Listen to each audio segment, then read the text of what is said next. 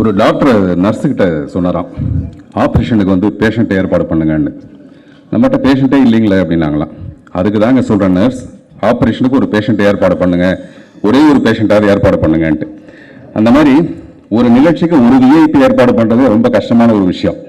இன்றைக்கி பார்த்தீங்கன்னா இந்த மேடையில் இவ்வளோ விஐபிகள். இதை பார்த்தா எனக்கு என்ன தோணுதுன்னா, ஒரு தலைவர் வந்து தன்னுடைய பிஏ கிட்ட சொல்லியிருக்காரு, எப்படி பேசி கிளாப்ஸ் வாங்குறதுன்னு தெரியல, எவ்வளோ எமோஷனலாக பேசினாலும் கை தட்ட மாட்டேங்கிறானுங்க, ஏதாவது பேசி கை தட்டுறதுக்கு ஒரு யோசனை சொல்லுங்களேன் அப்படின்னு ஒன்று அவர் சொல்லியிருக்காரு. இத்துடன் என்னுடைய உரையை முடித்துக் கொள்கிறேன் அப்படின்னு சொன்னால் நிறைய கை தட்டுவாங்க.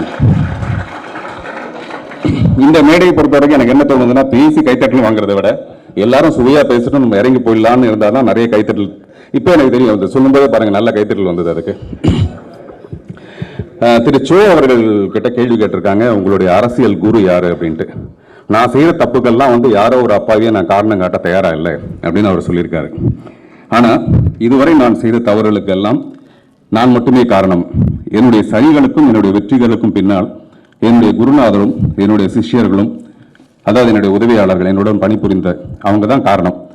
அந்த வகையில் பார்த்தோம்னா என்னுடைய முதல் படம் புதிய பாதை வெற்றிக்கு பின்னால் நிறைய பேர் பங்கு. அதில் ரொம்ப முக்கிய பங்கு வந்து திரு விக்ரமனுடைய பங்கு. அப்போ வந்து எனக்கு விக்ரமனா தெரியாது, ஒரு மணியா மட்டும்தான் தெரியும், சுப்பிரமணி. அவருடைய பங்கு வந்து நிஜமாக நன்றிக்குரிய ஒரு விஷயம்.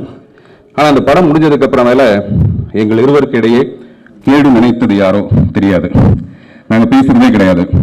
கிட்டத்தட்ட 23 வருஷம் கழிச்சு சமீபத்தில் ஒரு நாள் வந்து பேசுவோம். எப்படின்னா அந்த டைவர்ஸான புருஷன் முன்னாடிலாம் பேசுவாங்க, சிரிப்பாங்கல்ல ஃபங்க்ஷனில், அந்த மாதிரி சிரிப்போமே தவிர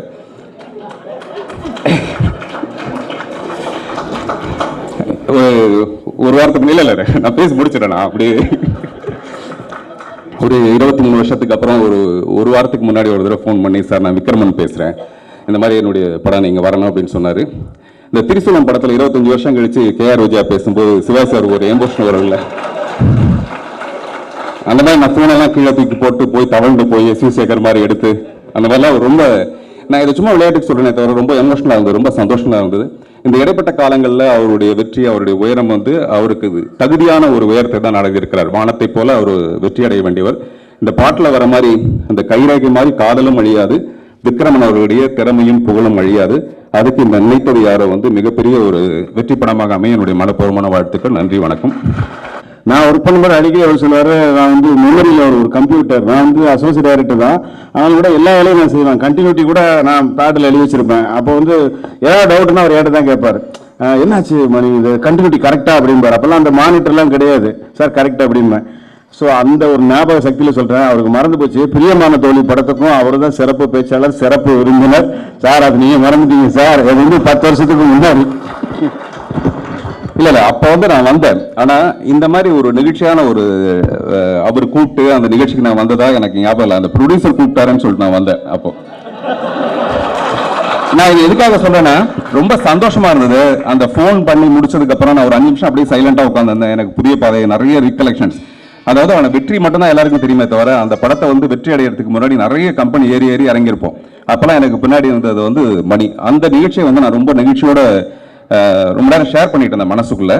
இந்த நிகழ்ச்சிக்கு வந்திருக்கவங்க எல்லாருக்கும் ஒரு காரணம் இருக்கலாம், ஆனால் நான் ரொம்ப நிகழ்ச்சியோட வந்திருக்கேன்றதை மட்டும் தெரியப்படுத்திக்கிறேன். நன்றி. பத்திரிகையாளர்கள், டிவி மீடியா எல்லாத்துக்கும் என்னுடைய வணக்கம் தெரிவிச்சுக்கிறேன். முதல்ல நம்ம கவிதாலய நடராஜ் சாருக்கு ஒரு சின்ன விளக்கம் சொல்லிக்கணும். ஏன்னா அவர் தான் ஸ்டார்ட் பண்ணார், அட்வான்ஸு திருப்பி கொடுக்குற டைரக்டருங்க அப்படின்னு சொல்லி அவர் ஸ்டார்ட் பண்ணி அதை ஒரு பெரிய சமாச்சாரமாக பில்டப் பண்ணி சொன்னார். அதுக்கப்புறம் கேஎஸ் ரவிக்குமார் உடனே நான் கூட கரெக்டாக கொடுத்துருக்குறேங்க அப்படின்ட்டு அவர் டென்ஷன் ஆகிட்டார். உங்களுக்கு அட்வான்ஸை வந்து திருப்பி கொடுத்த டைரக்டர் தான் தெரியும். ஒரு படம் கமிட் பண்ணிட்டு அட்வான்ஸே வாங்காமல் அந்த ப்ரொடியூசருக்கு என் கை செலவில் வந்து நான் பூஜை போட்டு கொடுத்து, டிஸ்ட்ரிபியூட்டர் நான் வாங்கி நானே பூஜை போட்டு பாட்டு ரெக்கார்டிங்கெல்லாம் பண்ணிவிட்டு அப்புறம் 1 வருஷம் 2 வருஷம் கூடவே சுற்றிட்டு இருந்தார். அப்புறம் திடீர்னு வந்து வேற ஒருத்தருக்கு படம் எடுத்துகிட்டு இருக்கும்போது இவர் அந்த செட்டில் வந்து சும்மா இருக்க மாட்டாமல், இதெல்லாம் எங்கே தாங்க போகுது பாவம் மனசு தயார் பண்ணிக்கோங்கன்னு அவரை வந்து இவர் குத்தி விட்டு இதெல்லாம் பண்ணதுனால அதுக்கப்புறம் சரி வாங்க நமக்கு சரியாக வராதுங்க அப்படின்னு சொல்லிவிட்டு நான் ஒரு 2 ரூபா கொடுத்துட்றது, இவ்வளோ நாள் சுற்றிட்டு இருந்ததுனால இதை ப்ராஃபிட்டாக வச்சுக்கோங்க அப்படின்னு. 2 ரூபாயா? அட பூஜைக்கு பண்ண செலவெல்லாம் நான் தானே கட்ட போகிறேன், நீங்களா கட்ட போகிறீங்க, சரி ஒரு 50 ரூபா சேர்த்து 2.5 வாங்கிக்கோங்க அப்படின்னு. அவர் உடனே என்ன பண்ணார் தெரியுங்களா, அவருக்கு நல்ல நடராஜ் சார் கவனிக்கணும், என் மேலே கம்ப்ளைண்ட் எடுத்துகிட்டு நேராக போயிட்டார் ப்ரொடியூசர்ஸ் கவுன்சிலில். ஒவ்வொரு இடமா போய் நிற்கிறார். பாக்யராஜ் முன்னால் 2 வருஷம் சுற்றிட்டு இருந்தேன், படம் எடுக்கிறேன்னு சொன்னார், இப்போ முடியாதுன்னு சொல்லிட்டாரு, இதுக்கு 2000 ரூபா தான் கொடுக்குறாங்க, நான் எங்கே போய் சொல்கிறது, அதனால் நீங்கள் எப்படியாவது பஞ்சாயத்து பேசுங்க. இப்படி ஒரு ஆள் கொடுப்பானா முதல்ல, அதை வாங்கிட்டு பேசாமல் போய் எதாவது பண்ணுவியா, அதை விட்டு போட்டு இப்படி பண்ணுறியா அப்படின்னு சொல்லிட்டு அந்த மாதிரி இது. அவரை நான் வந்து தப்பு சொல்லலை, நான் தான் ஏமாளி. நான் வந்து ஏன்னா நம்ம பின்னால் ஒரு 2 வருஷம் சுற்றிட்டு இருந்துட்டாருங்கிற ஒரே ஒரு காரணத்துக்காக வந்து அதுக்கப்புறம் அவருக்கு வந்து ப்ராஃபிட் கொடுத்தது. அந்த மாதிரியெல்லாம் வந்து சினிமாவில் இப்படியும் நடக்கிறது உண்டு. அந்த மாதிரியும் ஏன்னா டைரக்டர் சொல்லும்போது கொஞ்சம் ஒரு மாதிரியாக இருந்தது, என்ன டைரக்டர்ஸ் இப்படி சொல்லிட்டாரு அப்படின்னு சொல்லிட்டு. ஸோ நான் அடிக்கடி சொல்கிறது என்னென்னா, எந்த பூ வாசமாக இருந்தாலும் அது காற்று இருக்கிற திசையில் தான் அடிக்கும். எவ்வளோ அழகாக எவ்வளோ வாசம் இருந்தாலும் காற்று இருக்கிற திசையில் தான் அடிக்குமோ ஒழிய எதிர் திசையில் அடிக்காது. ஒரே ஒரு பூ மட்டும் எதிர் திசையில் கூட வந்து அந்த வாசத்தை அடிக்கும் அப்படின்னு சொன்னோம்னா அது ஒரு மனிதனுடைய நட்பண்பு. அந்த பூ தான் வந்து ஸோ அந்த நட்பண்பு உள்ள விக்ரம் அப்படிங்கிறதுனால தான் இன்றைக்கி இவ்வளோ பெரிய ஆட்கள் வந்திருக்காங்க. எனக்கு அவருக்கு அதிகமாக பழக்கம் இல்லை, ஆனால் அவரை பற்றி நான் கேள்விப்பட்டதில் சரவண சார் ஆரம்பிக்கும் போது பிள்ளையார் சொல்லி மாற போட்டு எந்த அளவுக்கு ஒரு ப்ரொடியூசருக்காக வந்து அவர் வெறும் டைரக்டர் மட்டும் இல்லாமல் ப்ரொடியூசருடைய நலன் எவ்வளோ அக்கறை எடுத்துக்குவாருங்கிறது வந்து அதுதான். இதெல்லாம் வந்து என்னென்னா நம்ம பழகலைன்னா கூட எப்படி இருந்தாலும் இந்த மாதிரி நல்ல விஷயங்கள் நம்மளை தேடி நம்ம காதுக்குள்ளே வந்து பூந்துடும். ஸோ அதனால் விக்ரம் அவர்களை எனக்கு பிடிக்கும். அதுக்கு அடுத்தபடியாக படங்கிறது அது டெக்னிக்கலாக அவர் பண்ணுற படங்கள் பிடிக்கிறதுங்கிறத விட அந்த நட்பண்புங்கிற அந்த கேரக்டர் எனக்கு ரொம்ப பிடிச்சிருந்தது. அதனால் அவர் சொன்னோன்னே கண்டிப்பாக நான் வர்றேங்க அப்படின்னு. அப்புறம் இப்போ கேஷுவலாக பேசிகிட்டு இருக்கும்போது அவர் பைட் எடுக்கணும் அப்படின்னு சொல்லி பேசிட்டு இருக்கும்போது சொன்னார், இந்த படத்தில் வந்து ஹீரோ வந்து அசிஸ்டன்ட் டைரக்டர் அப்படிங்கிற மாதிரி சொன்னார். அது வரைக்கும் எனக்கு இந்த நினைத்தது யாரோ அப்படிங்கிறது என்ன கதை என்னங்கிறதுல எனக்கு ஒன்றுமே தெரியல. அசிஸ்டன்ட் டைரக்டர்னு சொல்லி சொன்னோடனே எனக்கு ரொம்ப சந்தோஷமாக இருந்தது. ஏன்னா நல்ல களம் அசிஸ்டன்ட் டைரக்டர் அப்படிங்கிறது. அசிஸ்டன்ட் டைரக்டராக இருக்கும்போது எவ்வளவோ எக்ஸ்பீரியன்ஸுகள். அது ஸ்கூலில் வந்து எல்லாருக்கும் பள்ளி வாழ்க்கையை மறக்க முடியாதுன்னு சொல்லுவாங்க. எனக்கு நான் பெரும்பாலும் 2 ஸ்கூலுன்னு சொல்லுவேன். ஒன்று வந்து அங்கே ஊரில் ஸ்கூலில் படித்தது, இங்கே எங்கள் குருநாதர்கிட்ட வந்து நான் அந்த 3-4 படம் வேலை பார்த்தேன். அந்த 3-4 படத்தில் அசிஸ்டன்ட் டைரக்டராக வேலை பார்த்தது தான் எனக்கு ரொம்ப பிடிச்சிது. எனக்கு இப்போ நினச்சி பார்க்கும்போது இவங்கெல்லாம் சொல்ல எனக்கு ஃப்ளாஷ்பேக் ஞாபகம் வந்துருச்சு. 16 வயதில் தான் ஃபஸ்ட்டு படம் அவர் கூட நான் ஜாயின் ஆகி அசிஸ்டன்ட் டைரக்டர் அப்போ தான் வேலை பழக போயிருக்கேன். அது எல்லா வேலையும் நான் தான் பண்ணிட்டு இருப்பேன் பெரும்பாலும். என்னென்னா பாலகுரன்னா கொஞ்சம் வயசானவர், அவரால் வந்து அதிகமாக ஓடி ஆடி வேலை பார்க்க முடியாது. அதை விட்டால் நான் ஒரே ஒரு ஆள் தான் இருந்தேன். அதனால் எல்லா வேலையும் நான் தான் காலையில் இருந்துச்சு இவர் ரெடி பண்ணி சொல்லிவிட்டு நான் ஸ்பாட்டுக்கு வந்து எல்லாமே ரெடி பண்ணிக்கிட்டு இருப்பேன். எல்லாம் ரெடி பண்ணிக்கிட்டு எல்லாமே கரெக்ட் பண்ணி டைரக்ட் வரும்போது கரெக்டாக இருந்தால் கூட ஒரு நாள் வந்து கடின்னு கடிச்சிட்டாரு. ஏன்னா நினச்சிருக்கோம் மூளை இல்லை அது இல்லை இது இல்லைன்னாரு. எனக்கு ஒன்றுமே புரியல, என்ன நான் என்ன தப்பு பண்ணேன், என்ன மூளை இல்லை அது இதுன்னு நல்லா சொல்கிறாருன்னு. அப்புறம் பார்த்தா எல்லோரும் வேடிக்கை பார்த்துருக்காங்க, ஸ்ரீதேவிலேருந்து எல்லா ஆர்டிஸ்ட்டும் மற்றவங்க எல்லோரும் வந்து டெக்னீஷியன்ஸ் எல்லாம் என்ன பண்ணிக்கிட்டு நீ காலையில் வந்து என்ன ஒரு இது வேண்டாமா அது வேண்டாமா அப்படி இப்படின்னு சொல்லிட்டு பயங்கரமாக திட்டினார். அதுக்கப்புறம் சத்தம் இல்லாமல் போய் அப்படியே கண்ணில் தண்ணி வந்துடுச்சு. அப்புறம் பேடு பேப்பரு அந்த இது எல்லாம் கிளாப் போர்டெல்லாம் எடுத்து ஒன்று மேலே ஒன்று அடுக்கி வச்சுட்டு ஒரு லெட்ரு, இந்த மாதிரி என்னை மன்னிச்சிக்கோங்க, நான் கரெக்டாக தான் வேலை பார்த்தேன், ஆனால் எனக்கு எதுக்கு நீங்கள் திட்டினீங்கன்னு எனக்கு புரியல, அதனால் என்னால் முடியல, எனக்கு மனசுக்கு ரொம்ப சங்கடமாக இருக்குது அப்படின்னு சொல்லி அதுதான் ஃபஸ்ட்டு படம் சேர்ந்தது. அதுலேயே வந்து லெட்டர் எழுதி வச்சு போட்டு அந்த ரிவர் சைட்லேருந்து அந்த மெயின் ரோட்டுக்கு வர்றதுக்கு வந்து கிட்டத்தட்ட ஒரு 4 கிலோமீட்டர் நடந்து வரணும். அந்த 4 கிலோமீட்டர் தொங்குன்னு நடந்து வந்தேன். அப்புறம் எதிர்த்தாப்பில் நிறைய பேர் வண்டியில் வந்துட்டு இருந்தாங்க. எங்கே அப்படின்னாரு. இல்லை சார் ஒரு இடம் பார்த்து வர சொன்னார் டைரக்டர், அந்த இடம் பார்க்க போகிறேன்னு இப்படியே சொல்லிவிட்டு மெயின் ரோட்டுக்கு வந்து பஸ்ஸு பிடிச்சி அதுக்கப்புறம் கொள்ளைகால் லாட்ஜில் வந்து உடனே ஒரு 200 ரூபா டெலிகிராம் சென்ட் இமீடியட்லி அப்படின்னு சொல்லி வீட்டுக்கு டெலிகிராம் எல்லாம் கொடுத்துட்டு சரி நாளைக்கு தானே வரும் என்ன பண்ணுறது ரூமுக்குள்ளே உட்காந்துருந்தேன். அதுக்கப்புறம் வந்தால் சாயங்காலம் வந்தோடனே டைரக்டர் வந்து பிடிச்சி இந்த லெட்டரெல்லாம் பார்த்துட்டு பாலகுரு என்ன அவனுக்கு ஒன்றும் கூட புரியாதவனா இருக்கான் அவன் அப்படின்ட்டு அவனுக்கு ஃபோன் பண்ணி சொல்லுங்கள் இமீடியட்டாக நான் சாயங்காலம் நான் அவங்ககிட்ட வந்து பேசுகிறேன் அப்படின்னு. சாயங்காலம் உனக்கு அறிவில்லையானா மறுபடியும் அதுதான் காலையிலையும் சொல்லிட்டீங்க வந்துட்டேன் இப்போ அறிவில்லையா அவனுக்கு ப்ரொடியூசர் சைடில் ப்ரொடக்ஷன் சைடில் ஒரே தப்பாக பண்ணியிருக்காங்க. அவன் அந்த ப்ரொடக்ஷன் மேனேஜர் சரியில்லை, எவனுமே சரியில்லை, அதுக்கு நான் என்ன சார் பண்ணேன், அவனை நான் திட்ட முடியாதியா. அவன் காலையில் கரண்ட்டு வந்து அவனுக்கு காசு கொடுக்கல, அந்த கரண்ட்டு மேனுக்கு காசு கொடுக்காதனால அவன் ஃபீஸ் பிடிக்கிட்டு போயிட்டான். இப்போ வந்து ஷூட்டிங் எடுக்க வந்து எப்படியா இதை நான் திட்டினேன்னா அந்த சரியை போய் போட்டு கொடுத்துருவான் ப்ரொடியூசர்கிட்ட. எனக்கு முதல் சான்ஸ் கிடச்சிருக்கு. நான் அவனையெல்லாம் திட்ட முடியுமா? அதுக்கு தான் இவனை திட்டினேன். அதை ஒரு கண்ணடிச்சிட்டு திட்டிக்கலாமல்ல, எனக்கு எப்படி தெரியும்? அதனால் எனக்கு தெரியல அப்படின்னு. அப்போ நீங்கள் நிஜமாக திட்டலையா? என்னோட போதாத காலம் எல்லாமே தப்பாக நடந்துருக்கு, வேறு என்னையா பண்ண முடியும்? கூட இருக்க நீ ஒருத்தன் தான் பாலகுருஜி, வயசானவர், அவரை போய் திட்ட முடியுமா? அதனால் நீ தான் கை கிடக்கமா இருக்க, அதனால தான் அவனை திட்டினேன் அப்படின்னாரு. சரிங்க அப்படின்னு சொல்லிட்டு அப்புறம் மறுபடியும் காலையில் மரியாதை வந்து சேருனார். அப்புறம் பழையபடி காலையில் பேடுகள்லாம் எடுத்துகிட்டு மறுபடியும் வேலைக்கு போயிட்டேன். இது ஃபஸ்ட்டு படம் 16 வயதில் முடிஞ்சது. அதுக்கடுத்து கிழக்கே போகும் ரயில், அதுவும் முடிஞ்சது. நான் தான் ஒரு சொல்லுவேன் எல்லாருக்கும், அவருக்கு பாரதிராஜா பொண்டாட்டி வந்துட்டேன் அப்படிங்கிற மாதிரி. எல்லாமே அவர் கூட நான் இருந்து எல்லாமே இது பண்ணுறதுனால என்னை வந்து எல்லாருமே வந்து அது ஒரு மாதிரியாகவே என்னை பார்ப்பாங்க. அவர் கூட எல்லாம் டைலாக் எழுதுறது அது இதுன்னு காலையில் அவர் எழுப்பி விடுறது அது இதுன்னு இப்படி எல்லாமே நான் இருந்துட்டேன். வாயை திறந்தால் ராஜன் ராஜன் ராஜன் அப்படின்னு சொல்லி என்னை அப்படி தான் கூப்பிடுவார். நான் ரயில் முடிஞ்சோன்னே ஊருக்கு கொஞ்சம் போயிட்டு வரட்டுங்களான்னா, சரி போயிட்டு வா அப்படின்னாரு. அதுக்கப்புறம் சரின்ட்டு ஊருக்கு போனேன்.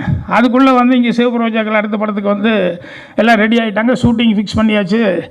கமல் திடீர்னு டேட் கொடுத்துட்டாருன்னு சொன்னோடனே உடனே எனக்கு வந்து ஃபோன் வந்தது, இந்த மாதிரி ஷூட்டிங் ஆரம்பிக்க போகிறாங்க, உடனே வாங்க அப்படின்னு சொல்லிட்டு. அப்புறம் அடுத்த நாள் உளுந்தடிச்சு காலையில் வந்தேன். இந்த பாம் க்ரோக்கு ஏற்றாப்புல ஒரு பில்டிங்கு, ரெட் ரோஸ் பில்டிங்குங்கிறது முதல்ல இந்த வீடு தான் ஃபிக்ஸ் பண்ணியிருந்தாங்க. அப்புறம் ஷூட்டிங்காக வந்திருந்தாங்க. வந்தோடனே டைரக்டர் வந்தோடனே, சார் வணக்கம் அண்ணா அப்படின்னாரு. அதுக்கப்புறம் அப்படியே முன்னால் போயிட்டு இருந்தார். எங்கூடையே ஒரு ஆள் வந்துட்டு இருந்தார். அப்புறம் யாரா அப்படின்னு சொல்லி பார்த்தா அவர் புதுசாக சேர்ந்துருக்கேன் அப்படின்னாரு. சரி யாரோ புதுசாக சேர்ந்துருக்காங்க அப்படின்னு சொல்லிவிட்டு நானும் அவர் கூட போயிட்டுருக்கேன். அவர் ஒரு டைரக்டர் சன்னு, டைரக்டர் ஜம்புன்னு ஒரு டைரக்டர் இருந்தார், அவருடைய சன்னு ராமு. அப்படி அப்படியா அப்படின்னு. அப்புறம் டைரக்டர் அப்படியே போனார். போயிட்டு அப்படியே வீடெல்லாம் உள்ளே பார்த்தாரு. பார்த்துட்டு திடீர்னு ராமு இங்கே வாயா அப்படின்னாரு. ராஜன் நான் இருக்கேன், ராமுன்னு கூப்பிட்றாரு. அந்த ஃபஸ்ட்டு இது இந்த சீன் எடுத்துக்கலாம் ராமு, அப்புறம் இது அப்படின்னு நான் அப்படியே பேக் போய்கிட்டே இருந்தேன். எனக்கு முடியல, கண்ணில் கடன்னு தண்ணி வந்துருச்சு. என்ன ராஜன்னு கூப்பிடுறது போய் ராமுன்னு கூப்பிட்டாருன்னு உடனே போனேன். மறுபடியும் பேடுக்கெட்டில் அடிக்க வச்சேன். மறுபடியும் ஒரு லெட்ரு, 2 படம் கூப்பிட்ட வேலை பார்த்தேன், நல்லா ஓரளவுக்கு பழகிட்டேன். ஆனால் இன்றைக்கி ராஜன் வர வேண்டிய வாயில் வந்து ராமு அப்படின்னு சொல்லி வருதுன்னா என்னால் ஜீரணம் பண்ணிவிட்டு இந்த இடத்துல நிற்கவே முடியாது, தயவுசெய்து என்னை மன்னிச்சிடுங்க அப்படின்னு சொல்லி எழுதி வச்சுட்டு அந்த பாம்புக்குரோலேருந்து அப்படியே ஜெமினி பிரிட்ஜுக்கு போய் அப்படியே 92 சீக்கு நடந்தே போயிட்டேன். அப்புறம் இவர் வந்திருக்காரு. வந்து போனாங்க, எங்கே அவர் ராஜன் வந்தானே எங்கே அப்படின்னு இருக்காரு. எங்கேண்ணா இங்கே காண சார், இங்கே பாரு அங்கே பாருண்ணா. அப்புறம் பேடெல்லாம் இங்கே வச்சுருக்கு சார். நான் வைக்க மாட்டேன்னா எப்போ கையிலேயே வச்சுட்டு இருப்பானே. மேலே ஏதோ ஒரு லெட்டர் மாதிரி இருக்குது, கல்லெல்லாம் வச்சுருக்கேண்ணா, அதை எடுத்துகிட்டு வாங்கண்ணா. பார்த்தாரு, ஆரம்பிச்சிட்டாங்க அப்படின்னு சொல்லிட்டு உடனே ஏஆர்ஜி கூப்பிட்டு எங்கே போய் இப்படிங்க அப்படின்னு. என்ன போயிட்டான் இங்கேயோ லெட்டர் எழுதி வச்சுக்கிட்டு, அவனை பிடிச்சிட்டு வாங்க, எனக்கு மைண்டு ஏற்கனவே ஒரு மாதிரியாக இருக்குது, அவனை பிடிச்சிட்டு வாங்க அப்படின்னு. கேஆர்ஜி முதல் நாள் ஷூட்டிங். கேஆர்ஜி இங்கே ஓடுறாரு அங்கே ஓடுறாரு, அவங்கள போய் தேடுங்க ஏன்னா இந்த ரோட்டில் அந்த ரோட்டில் தேடி கடைசியில் 92 சி அட்ரஸ் கேட்டு கேஆர்ஜியே வந்துட்டார் கார் எடுத்துகிட்டு. நான் உடனே லெட்டர் எழுதிட்டுருக்கேன் ஊருக்கு, இந்த மாதிரி முடிஞ்சிருச்சு, 2 படம் வேலை பார்த்தேன், இப்போ கடைசியில் வந்து வேற ஒருத்தர் பேர் சொன்னோடனே என்னால் தாங்கிக்க முடியல, அதனால் நான் புறப்பட்டு வந்துட்டானே ஊருக்கு வந்துடுவேன்னு நினைக்கிறேன் அப்படின்னு சொல்லி எழுதி முடிச்சு இப்படி தலையை தூக்குனா, கண்ணு ராஜா அப்படின்னு கேஆர்ஜி. என் தலையில் கல்லை தூக்கி போட பார்க்குறியா ஐயா, நீ தானே அவர்கிட்ட பேசி எல்லாம் பண்ணுறதுக்கு படம் பண்ணுறதுக்கு ரெடியானே, முதல் நாள் அன்றைக்கே நீ இப்படி ஒடியான்ட்டே அப்படின்னு. இல்லைங்க அவர் வேற ஒரு பேரெல்லாம் சொன்னார், என்னால் தாங்கிக்க முடியல அப்படி இப்படின்னு சொல்லி சொன்னோடனே அதுக்கப்புறம் வந்து இல்லை அவர் தான் பொண்ணை கூப்பிட்டு வர சொன்னார்ண்ணா. நிஜமா வாண்ணா? ஆமாம், அவர் வேறு ஏதோ டென்ஷனில் இருந்தாரியா, அதனால் வந்து அந்த புது பையன் பெரிய டைரக்டர் பையன், அதனால் அப்படி சொல்லிட்டார். இல்லை நான் வரல, இல்லை நீ வந்தே ஆகணும், அங்கே ஷூட்டிங் நிற்குது அப்படின்னு ஒன்று. அப்புறம் வந்து இறங்கினேன். அப்புறம் முன்னாள் உட்காந்துது இப்படின்னு. அதுக்கப்புறம் இவையா அப்படின்னு சொல்லி கையை பிடிச்சி ரூம்குள்ளே எடுத்துட்டு போனேன். என்ன நினச்சிக்கிட்டு நீ இப்படி பண்ணிட்டு இருக்க அப்படின்னா, என் பேர் சொல்லாமல் இன்னொருத்தன் பேர் சொன்னால் நான் எப்படி தாங்கிக்கிறது அப்படின்னா, எனக்கு வீட்டில் 1000 பிரச்சனை, சம்சாரத்துக்கு 1000 பிரச்சனை, நான் என்ன டென்ஷனில் வந்திருக்குன்னு தெரியுமா, அது எனக்கு எப்படி தெரியும்? என் பேர் சொல்லாமல் இன்னொருத்தன் பேர் சொன்னான்னா போயின்னு சத்தம் போட்டேன். அப்புறம் எனக்கு அழுக, அவருக்கும் அழுகு வந்துருச்சு. வெளியிருந்து கமலஹாசன்லாம் கதவை திறந்து ஒடியான்ட்டாங்க, என்ன பெரிய சண்டை நடக்குதுன்ட்டு. பார்த்தா நாங்கள் 2 பேருமே கண்ணில் தண்ணியோடு நின்று இருந்தோம். அதுக்கப்புறம் இது அன்பு போராட்டம் போலக்கு அப்படின்னு சொல்லிட்டு போனாங்க. அந்த மாதிரி ஒரு டைரக்டர் கூட இருக்கிறது அப்படிங்கிறது வந்து அவர் கூட, அதாவது எந்த அளவுக்கு ஒரு அசிஸ்டண்ட் அப்படின்னு சொன்னோம்னா எவ்வளோ இன்வால்மெண்ட்டாக இருக்குது அப்படின்னு சொல்லிட்டு எனக்கு அதெல்லாம் வந்து அப்படியே பழசெல்லாம் அப்படி ஞாபகம் வந்துச்சு. இப்போ விக்ரமனை பற்றி ரவிக்குமார் பேசுகிறது, பார்த்திபன் பேசுகிறது, இப்படி ஒருத்தர் பேசும்போது பழசெல்லாம். ஸோ நல்ல களம் எடுத்திருக்கீங்க. அதனால் கண்டிப்பாக வந்து இப்போ பாடல்கள் நல்லா இருந்தது. பிரபுதேவாவே சொல்கிறாருன்னா பாருங்களேன், மியூசிக் டைரக்டர் யாருன்னு கூப்பிட்டு கேட்டு சொல்லிட்டு இருக்காரு. அதே மாதிரி ஹீரோ ஹீரோயின் நல்லா ப்ளசன்ட் லுக்கில் இருந்தாங்க. அதனால் டெஃபினட்டாக படம் நல்லபடியாக வரும். என்னுடைய மனமார்ந்த வாழ்த்துக்களை தெரிவிச்சு. அனைவருக்கும் வணக்கம். என்னுடைய குருநாதர் விக்ரமன் சார் அவர்களுக்கும் வணக்கம். ரொம்ப பெருமையாக இருக்குது. நான் இப்போ எல்லா இடத்துலையும் சொல்லிக்கிறது விக்ரமன் சார் என்னோடய குருநாதர்னு.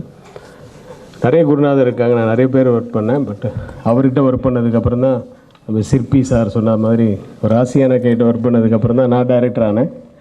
என்னுடைய தயாரிப்பாளர் சௌத்ரி சார் அதே 1990 தான் நானும் டைரக்டர் ஆனேன். அந்த புது வசந்தம் ஒர்க் பண்ணி அந்த படம் ரிலீஸ் ஆகிறதுக்கு முன்னாடியே எனக்கு அந்த படத்தினுடைய வாய்ப்பை கொடுத்தேன் சௌத்ரி சார் அவர்களுக்கும் என்னுடைய நன்றி. அப்படியே இங்கே வந்து உட்காரும்போது பழசெல்லாம் ஞாபகம் வந்தது. இங்கே காலம்புரை இன்றைக்கி இதே இடத்துல இன்னொரு ஃபங்க்ஷன் நடந்துச்சு. அது மறுமுகம்னு ஒரு படத்தினுடைய ஆடியோ வெளியீடு. அதில் வந்து என்ன பண்ணாங்க, அந்த டைரக்டர் வந்து ஊமை வழிகள் படத்தில் அசிஸ்டன்ட் டைரக்டராக ஒர்க் பண்ணவர்.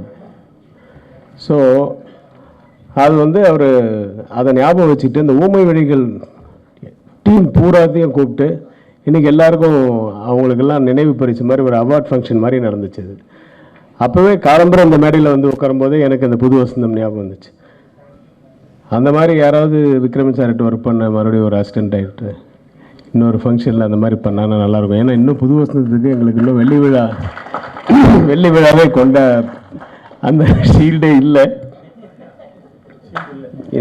அதுக்கு காரணம் வந்து சௌத்ரி சாரை குறை சொல்ல முடியாது. ஏன்னா அவர் வந்து 85 படம் பண்ணுறாருன்னா அவர் ஒரு படம் எடுக்கிறதுக்கே டைம் இல்லை. எங்கேருந்து ஃபங்க்ஷன், ஏன்னா எல்லா படமும் ஓடிடும். எல்லா படத்துக்கும் அவர் ஃபங்க்ஷன் பண்ணுறது. அது முதல்ல அவர் பிளான் பண்ணார் புது வசந்தன் டயத்தில். கண்டினியூஸாக படங்கள் ஹிட்டு, அப்புறம் அது வேலை டைம் சரியில்லாத போது சரி ஓகே இது நமக்கு வந்து அமையலை ஃபங்க்ஷன் பண்ணுறது அப்படின்னு நினச்சிட்டு அந்த ஃபங்க்ஷன்ஸ் பண்ணுறதே அவர் விட்டுட்டார்.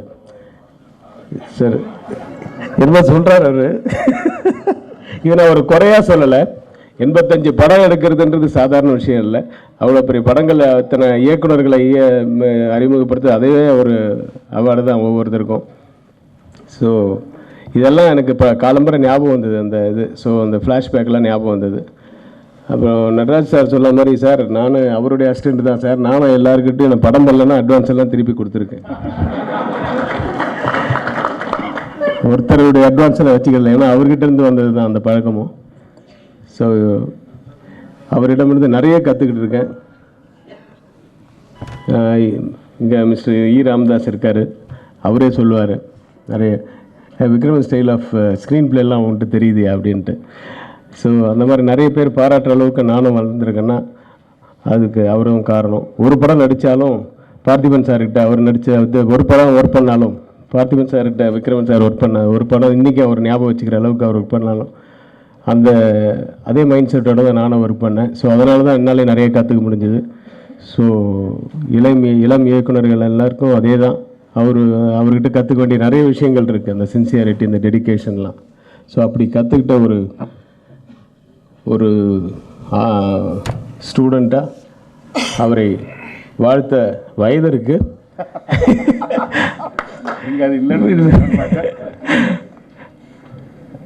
இந்த படம் பாடல்கள் அனைத்தும் மாபெரும் வெற்றி பெற எல்லாம் வல்ல இறைவனை வேண்டி வாழ்த்துக்கிறேன். நன்றி, வணக்கம். Thank you Jesus. வந்திருக்கும் பத்திரிகை ஊடக நண்பர்களுக்கு வணக்கம். எங்கள் திரையுலக ஆசான்களுக்கு வணக்கம். எல்லாரும் சொன்ன மாதிரி 89 3rd இயர் படிக்கிறேன். புது வசந்தம் பார்த்து நான் ஃபஸ்ட்டு சென்னைக்கு வந்து லீவில் வந்து சான்ஸ் கேட்டது வந்து சார்கிட்ட தான். அவருக்கு ஞாபகம் இருந்திருக்கு. அது வழக்கமாக நாங்கள் இப்போ சொல்லிக்கிட்டு இருக்கோம்ல, அடுத்த படத்தில் பார்க்கலான்ற மாதிரி ஒரே ஒரு டைலாக் தான் சொன்னார். சரி, அதுவும் நம்பிக்கையாக இருந்துச்சு. ஆனால் இன்றைக்கி வரைக்கும் எனக்கு அந்த ஒரு ஷார்ட் ஞாபகத்தில் இருக்கும். அந்த படத்தில் ரொம்ப அழகாக வந்து இந்த 4 பேரில் யாராவது ஒருத்தரை லவ் பண்ணுறியான்றப்ப அப்படின்வா. இன்றைக்கும் அந்த சவுண்டு எனக்கு ஞாபகத்தில் இருக்குது. அப்படி ஒரு ட்ரெண்டை க்ரியேட் பண்ணிங்க.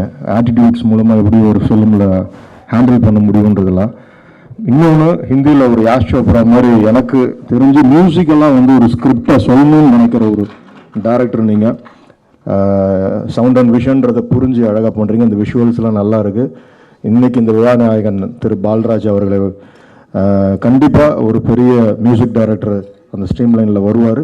இந்த படம் மாபெரும் வெற்றி அடைய இறைவனை வேண்டிக்கிறேன். நன்றி, வணக்கம். எல்லோருக்கும் மாலை வணக்கம். விக்ரமன் அவர்கள் ஒரு தயாரிப்பாளருக்கு ஒரு டைரக்டர் எப்படி இருக்கணுன்றதுக்கு ஒரு மாதிரி டைரக்டர். அவர் ஒரு காஸ்டியூம் எடுக்கிறதுனா கூட சரி, இது ஏன் இவ்வளோ ரூபாய்க்கு எடுக்கணும், இது மேக் பிலீவ் தானே, இது போருமே அப்படின்னு சொல்லிட்டு அது எவ்வளோ சிம்பிளாக பண்ண முடியுமோ அது. அதே மாதிரி ஊட்டியில் எங்கள் படம் ஷூட்டிங் நடந்துகிட்டு இருந்தது. எத்தனை தரம் மலையை விட்டு கார் கீழே போச்சு, ஏன் எத்தனை தரம் போச்சு, ஏன் எவ்வளோ டீசல் ஆச்சு, ஏன் இப்படி பண்ணுறீங்க அப்படின்னு ஒவ்வொன்றுக்கும் ப்ரொடியூசரை கேள்வி கேட்குற டைரக்டர் அவர் ஒருத்தர் தான் எனக்கு தெரிஞ்சு. ஏன்னா மற்றவங்களெல்லாம் ப்ரொடியூசர் தான் கேட்பாங்க, இவர் ப்ரொடியூசர் ஏன் சார் இப்படிலாம் வேஸ்ட் பண்ணுறீங்க, அப்புறம் இந்த ஆர்டிஸ்ட் இவ்வளோ ரூபாய்க்கு மேலே கொடுத்தா போதும் சார், அதுக்கு மேலே வேணாம் சார், நான் வேற ஆள் இல்லைன்னா சொல்கிறேன் சார்னுவார். இவர்கிட்ட மாட்டிக்கிட்டு ப்ரொடியூசர் வந்து டென்ஷன் ஆகிடுவாங்க. ஏன்னா எக்கானமியை வேஸ்ட்டே பண்ணாமல் ஒரு அற்புதமாக ரிச்சாக படம் எடுக்க தெரிஞ்ச ஒரு நல்ல டைரக்டர்.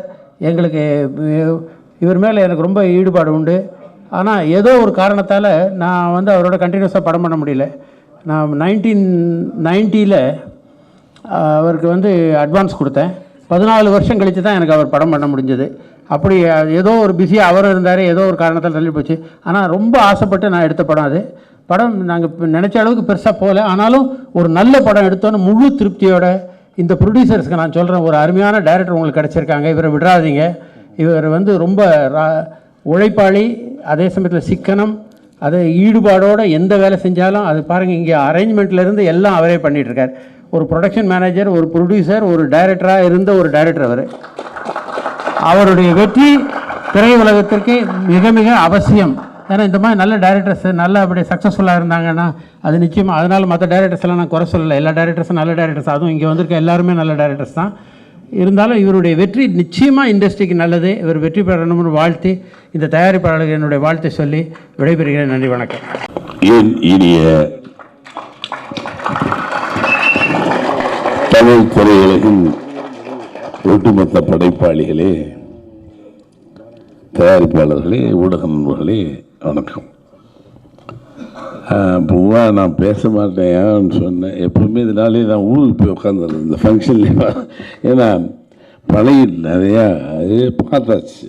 ஏன்னா ஓடி ஓடி விளையாடி முதல்ல சின்ன பிள்ளையாகும்போது வேடிக்கை பார்ப்போம்.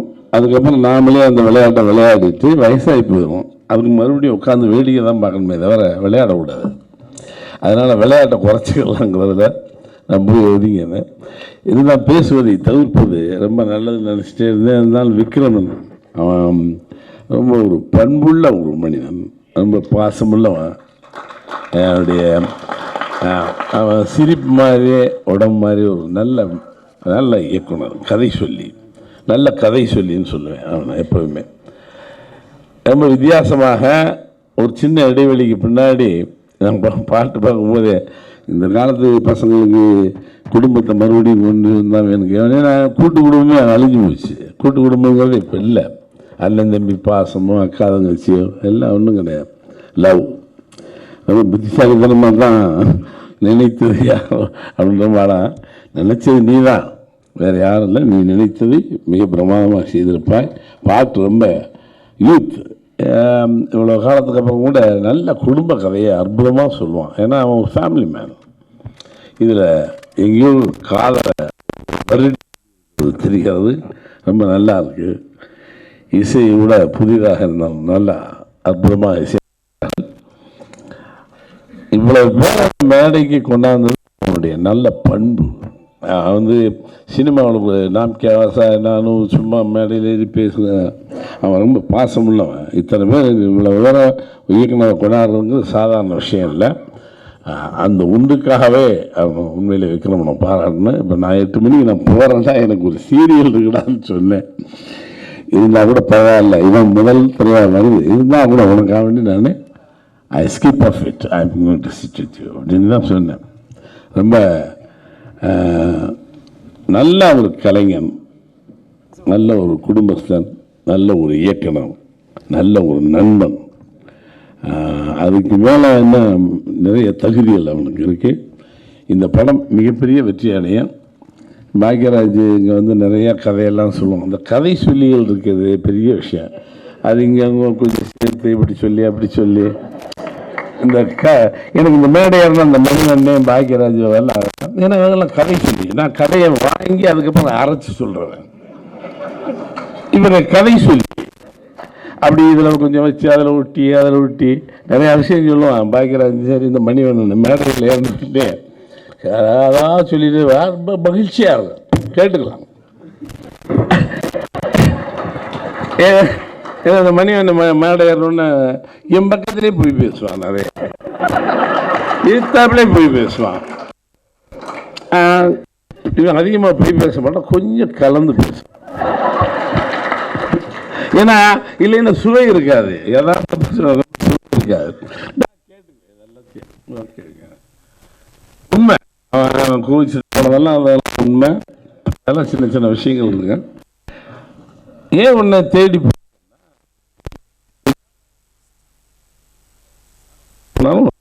இன்னைக்கு நீ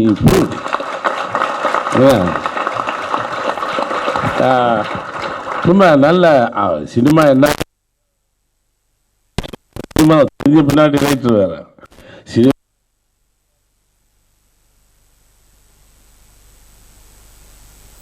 போல ஒரு விதவை, அவளுக்கு ஒரு போகும்போது அந்த அந்த பொண்ணு போகும்போது ஹீரோயின் ஹீரோக்கிட்ட சொல்லுவாள், பூவை செடியில் விட்டு வச்சிருந்தாலே, அதாவது அதை கிள்ளனுங்களை விட்டு வச்சிருந்தாலே வாடி போயிடும், சீக்கிரமாக அதை பறித்து செய்யணும். ரொம்ப சின்ன சின்ன விஷயங்களை. அது மாதிரி ஒரு நல்ல writer, basically very good writer, நல்ல ஸ்க்ரீன் பிளே ரைட்டர். 100 தடவை அந்த கட்சி இப்படி கடிச்சிட்டு இப்படி சுற்றி யோசிப்பான்.